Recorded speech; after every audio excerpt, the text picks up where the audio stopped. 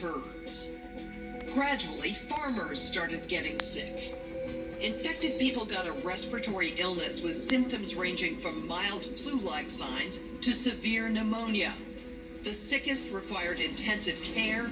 Many died. But not nearly as many showed how at the same conference, a 201 event, being hosted by not only the Bill and Melinda Gates Foundation, but the UN and the WHO, spent almost a quarter of the time talking about not how to come together and help people suffering with disease, but instead talking about what new extreme measures to take when people spread any information that doesn't line up with their ultimate goal, as levels of trust fall and people stop cooperating with response efforts.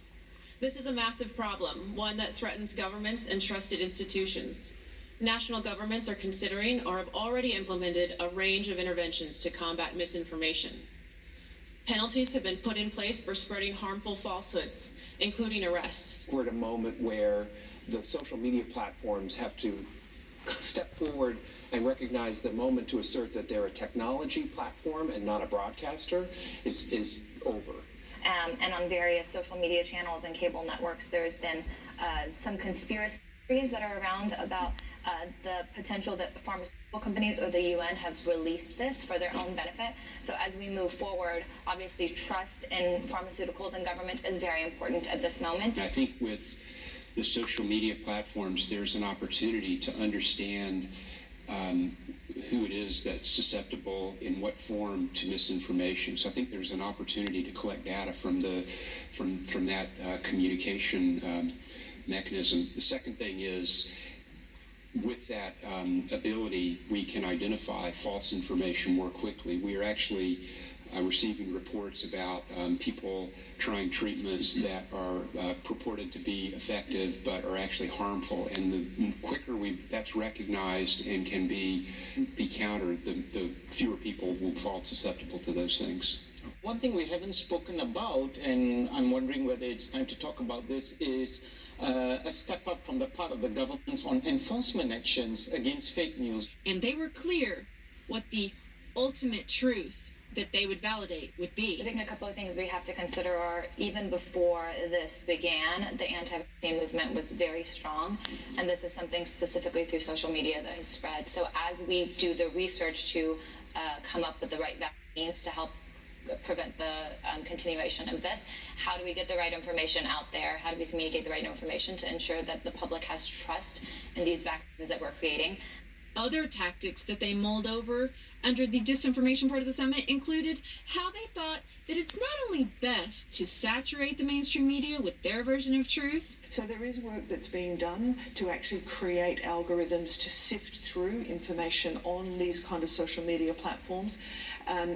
And I know that the Gates Foundation and others are funding organizations to work on things like this. Which, thanks to Susan Wojcinski turning YouTube into NBC Tube and CNN Tube, that's already happening here, check. But they also mentioned how important it would be to reach into private businesses, to get CEOs of corporations to encourage people to do what they say. There's considerable trust by employees of their employer, and that's been borne out by our own trust barometer in the last several years, where it's extraordinary the amount of trust given to the employer. And coupled with that, in times of crisis as we're living, the role of the CEO and the trust given to the CEO for advocacy and for advancement of accurate information is considerable. They are so desperate to garner trust however they can. They even mention multiple times infiltrating faith-based organizations. I do think that there needs to be sort of an honest broker, a centralized command and control organization that really brings together the public-private sector, both on a global approach and also on a local approach. Thank you. Yes, I agree. And I wanted to speak to the point about having the honest broker. And I think in this regard, the United Nations fits the bill.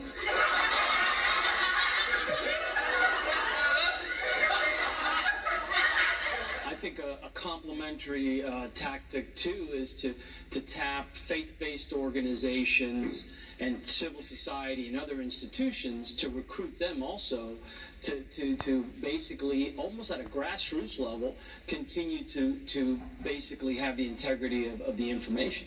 Yep.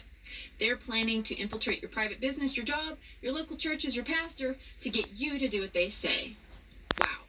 So, I'm not sure how much longer I can do this work. And I would like to please thank you to any and all of you who have supported me, either just through an encouraging email, through PayPal. I'm trying to find an alternative to that, but also my Patreons, who I can count on every month